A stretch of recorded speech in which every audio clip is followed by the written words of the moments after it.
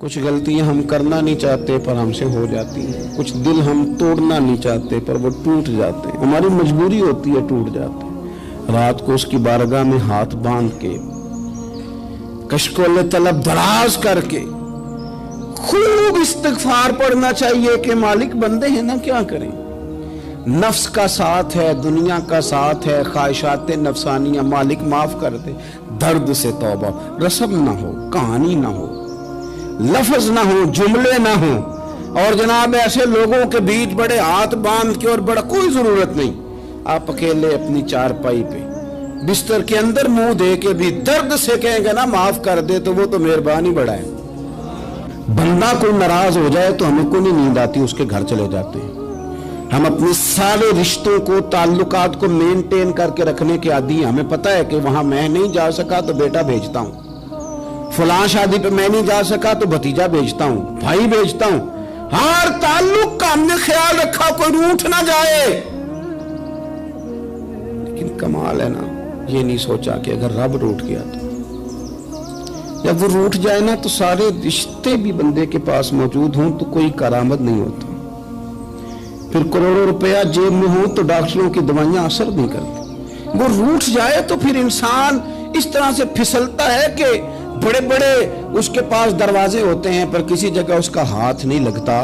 خدا را خیال کریں، دنیا روٹتی ہے تو روٹ جائے، رب رسول ناراض نہ ہونے پائیں، اس کا خیال کریں۔ حضور فرماتے ہیں مسکراتا ہے، اسے خوشی ہوتی ہے جب کوئی اس کا بندہ اس کی طرف رجوع کرتا ہے۔